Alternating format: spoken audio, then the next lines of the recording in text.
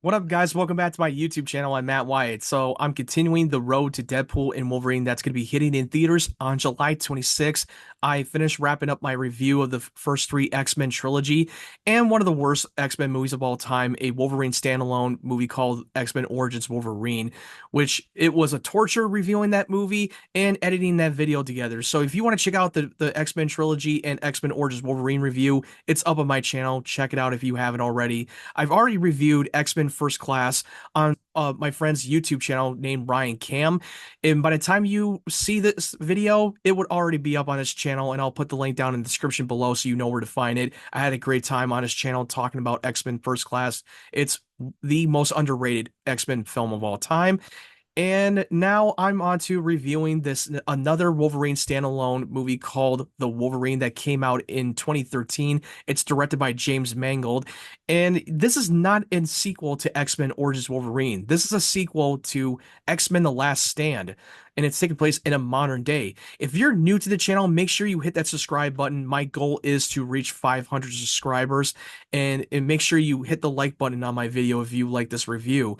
So now on to The Wolverine. So Wolverine is comes to the Japan to meet an old friend that he saved all those years ago, and now he gets involved in a conspiracy with the yakuza and Master Yasha's family. And not only that he has to deal with the inner struggle, but he has to deal with his inner immortality, and that's what the plot of the movie really is. And I was never familiar with James Mangold at first until I had to do my research on him as on IMDb. And from what I've seen, he directed the movie called Copland with Stallone, which I still have yet to see. And he directed 310 to Yuma remake with Russell Crowe and Christian Bale, which that movie is so underrated Western film that you definitely should watch. And this was going to be an interesting, this was an interesting choice for him to direct it. And I was really hyped to see this movie after seeing the trailer, and it looked like they were going to take place in the modern day Japan and have him be the Wolverine that we were hoping for. And after coming out of that theater back in like 2013 when it came out, I was very surprised of how much I really enjoyed this movie. I don't think it's one of his best work. I thought this movie is far superior than X-Men Origins Wolverine. It really got the bad taste out of our mouths, and Hugh Jackman's performance continues to be the Lord and Savior. He really embodied of what Wolverine is. He's has full of torture soul. He's has full of dark and demons of his past. He's struggling of the guilt of the death of Jean Grey that he felt responsible for, and he has nightmares every night. And they made him more deconstructed, where he had to shut himself off from the world and live in the forest out in Canada, where he was from. And now he has to have a reason to come out of his shell and actually become the Wolverine that we know and love, becoming a soldier and having to like face his past. And I thought that this film was such an interesting take. The writing is really good, and I love that the cinematography and how the color palette was so colorful and vibrant. And I love the action and the fight choreography that James Mangold had done. And yeah, it didn't look choppy. It looked very like steady, and you could see what's going on in the fight. And it didn't look like they were trying to like do a bunch of cutbacks on every take, kind of like they did in X-Men Origins Wolverine. This really became a definitive Wolverine film at the time. I don't think it's perfect. When Logan came out, it became far better than this movie. But at the time, this was a better film, and it was solid, and I liked it. And yeah, I have a lot of problems with this movie. Don't get me wrong. I thought it had some flaws, but I will say that I love the fight scenes with him and the group of the Yakuza when he was taking them out like left and right, and the bullet train sequences was absolutely perfection. I'm not going to say that the laws of physics were perfect, because the bullet train runs like 300 miles per hour, and it's the fastest train in anywhere around the world.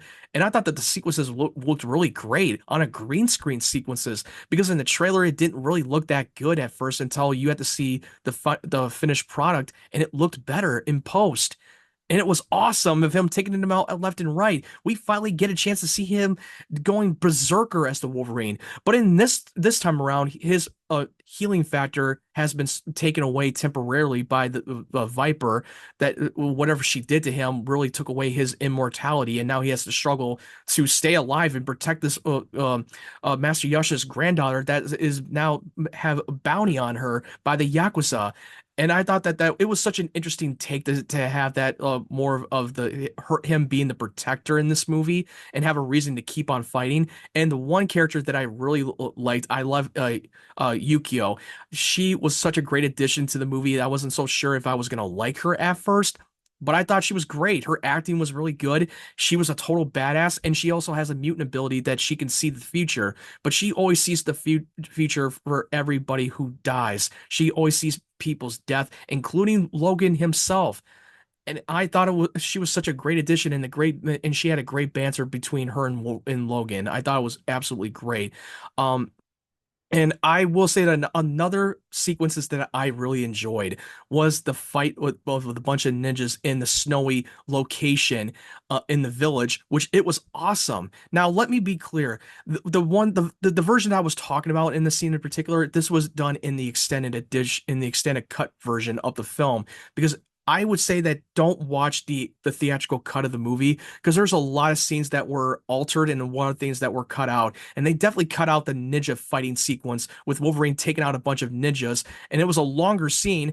And then the theatrical cut, it was cut so short. And I was pissed off that they cut it out because I saw that sequence in the international trailer of the Wolverine movie, and I was so shocked that they left that out of the film. And I was so happy that they restored the version of the cut of the movie, and they added a lot of blood splatter when we saw him take out a bunch of yakuza. It was a little bit more gory than the theatrical cut. I think it's because that when James Mangold was making this movie, he kind of wanted to make it a little bit of an R-rated Wolverine movie, and the studio decided that their people were still not ready for another R-rated comic book movie, which I think was a big mistake to not make this as an R-rated film. I'm not saying that the R-rated film would have made the film any better or worse, but I thought that the version in the extended cut was much better. And you can definitely find this on digital and rent it or buy it, but you're not going to be able to find it on Disney Plus because they only have the theatrical cut of the movie.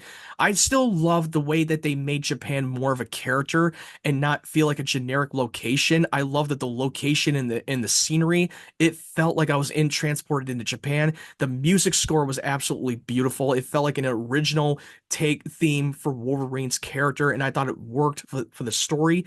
I was so moved by it. I love the fact that we're seeing him confronting his demons of his past. He still feels guilty of the death of Jean Grey, even though that wasn't completely his fault. But he keeps telling himself, but he keeps torturing himself, and he thinks he's ready to die because he has nothing left to live for at the time.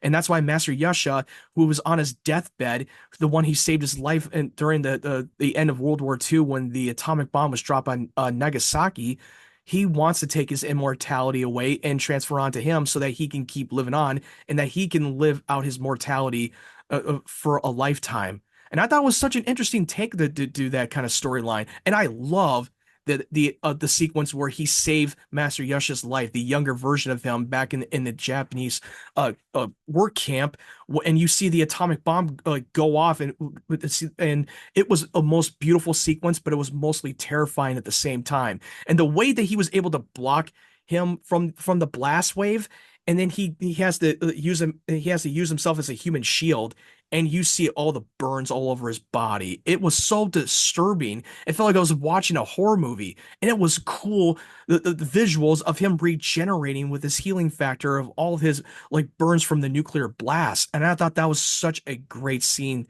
to me. And that to me is one of the highlights of the movie that I really loved. The biggest problem that I have with the movie that I thought that the pacing was a little bit slow at times, and then the runtime I felt it was a little bit too long. And one of the main villains in the movie with the one that took away suppressed his immortality of his healing factor, it was Viper, has the mutant ability to spit toxic acid poisoning, and I thought her character was so stupid. she was coming off of a cartoon character. Her outfit looked like she was coming off of a cosplay, and it got a little bit too silly at times. It really did. And the love story between Logan and Mariko, I thought that the chemistry was not working for me. I wished that the love story was good, but I just didn't think it was the best, and I didn't think it was quite needed. And I thought her acting ability wasn't good at all. It felt very wooden. I'm not gonna lie. With all due respect, I don't think she can act, but that's just my opinion. I, but you know what? They did the best they could, but that's just me. And the one thing I liked about the movie that was one of the best parts is when Hugh Jackman got his healing factor restored and he's fighting Shinjan, who is Mariko's father. I thought that sequences of the sword fight in the animantium was absolutely amazing fight choreography that I've seen in any comic book movie. And it kept it vibrant. It was fast paced, and the camera was very steady. That there's no cutbacks at all. And this is where he becomes the badass Wolverine that we know and love. And I was blown away by it. And there was no way in hell that Marco that Shinjin was going to stand a chance against him, because he has the healing factor now and he's indestructible. And there's no way you're going to be able to kill him right then and there. It was badass. And the actor who played Shinjin, Hiroyuki Sanda, I'm sorry if I'm butchering his name, but you may have known him from The Last Samurai. He was in Bullet Train. He played Scorpion from Mortal Kombat, and he was also in a FX's hit show called Shogun. He's a terrific actor, and I thought he was great in this movie. And yeah, that was one of the highlights of the movie that I really enjoyed. And when we get into the third act, when he faces off the CG mechanical Silver Samurai, which I thought that Silver Samurai was going to be a little bit more practical, and it was supposed to be one of the most underrated comic book X-Men character in the comics. I thought when they were able to bring it to life, I thought it was going to be something special and interesting. I mean, not something that's going to change my life, but the way that they handled it, that some guy who was in a mechanical suit of the adamantium was so stupid. It was so ridiculous that we had to get into that CG fight. To me, I don't think that's something that James Mangold wanted to do. It kind of felt like more of a studio interference, and it just felt like a Saturday morning cartoons. And then we revealed who was under that samurai outfit. It was Master Yashad, which to me, I did not want it to believe to be true, that this was going to be a predictable villain plot twist, that was him pulling all the strings, and that he wants to steal his immortality and take over Japan and possibly the world, because that's really what his intentions are by the time you get to the end of the film.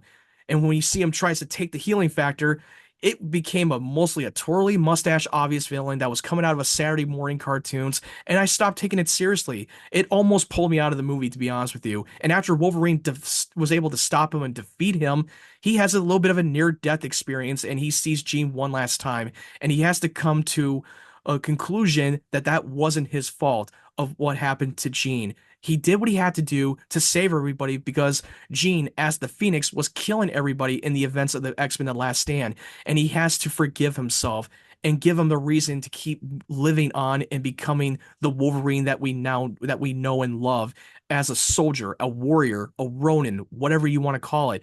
And I thought that scene was great. And I thought that they ended really well, but even though that the third act fell apart for me, but it still had a good, decent ending.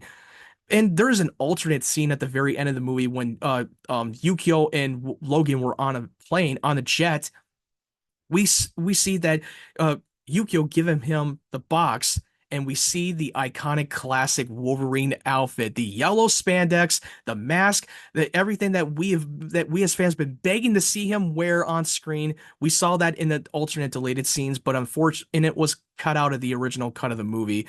And I guess I know why that they did it, because this movie was coming out a year prior to Bryan Singer's X-Men Days of Future Past, which at the end of the film, it does set up that movie, and they had no intention of having him wear that outfit in the film. So I get why that they had to cut it out, but it would have been cool that they would have canonized that scene in the movie. Now we get into the post-credit scene, which I think that's the best part of the movie. And at the time when I saw that post-credit scene when it came out, I was blown away and I was so satisfied. And it was my favorite post-credit scene in any comic book movie. time jumps a couple of years later where he's at the airport and he's at the metal detector, and then he sees something on TV that Trask Industry, which a lot of the X-Men fans know what that name is from and know who the character is. They're developing a new technology that's going to change the world, and then he comes across with Magneto, the return of Magneto, played by Ian McKellen, and that was amazing. And he has his magnetism ability back. And when you saw at the end of X-Men The Last Stand, when he was at the park playing chess and he tries to move the chess piece and it tilts and it cuts to the credits, it shows you that the one that he was cured with is not a permanent cure. He's got it. It was only temporarily, and he managed to got his powers restored. And tells Wolverine that there's a dark forces that humans are building the weapon that's going to be the end of all mutant kind, and he needs his help. But he was asking him that, why should I trust you? And Magneto responds to him, you wouldn't. And then we noticed that that all the people that's surrounding Logan and Magneto, everybody is frozen, and we always wonder, what does it all mean? Then we see Charles Xavier, Patrick Stewart, the returning character that after all these years is back. And we see him and he tells them that I told you a long time ago, you're not the only one with gifts. How is this possible? As I told you a long time ago, you're not the only one with gifts. Which is a callback to the first X-Men movie when Logan and Charles first met in the movie. And it brought so much joy and it brought a big smile on my face that we see Charles Xavier, played by Patrick Stewart, to come back. And this scene was literally a setup from X-Men Days of Future Past. And I already mentioned of how Charles was able to come back from the dead after being vaporized by the Phoenix in X-Men The Last Stand, because I've talked about in the post-credit scene, which if you want to watch me explain that, go and watch my X-Men The Last Stand review. So overall, this was a decent Wolverine movie, and this is a movie that not a lot of people talk about as much. I understand that it's not perfect and it's not going to be one of the X-Men standalone movie it's going to change your life, because we know that years later when James Mangold returned to direct Logan, became one of the memorable and one of the greatest comic book movies of all time, which I cannot wait to review that movie soon. So what did you think of the Wolverine movie? Did you enjoy it or did you not enjoy it and it wasn't for you? I would recommend checking out the extended cut if you haven't already. Don't even bother to watch the theatrical cut. This is a better cut of the movie for me. Even though it's not perfect and the third act finale still remains the same, but this was far better than the other one was. Let me know your take on this movie and let me know your thoughts in the comment section below. Thank you so much for watching my video. If you want to follow my social media platforms, the link tree will be down in the description down below. I hope you guys have a great day, great evening, wherever you're from, and I hope you guys stay safe and take care.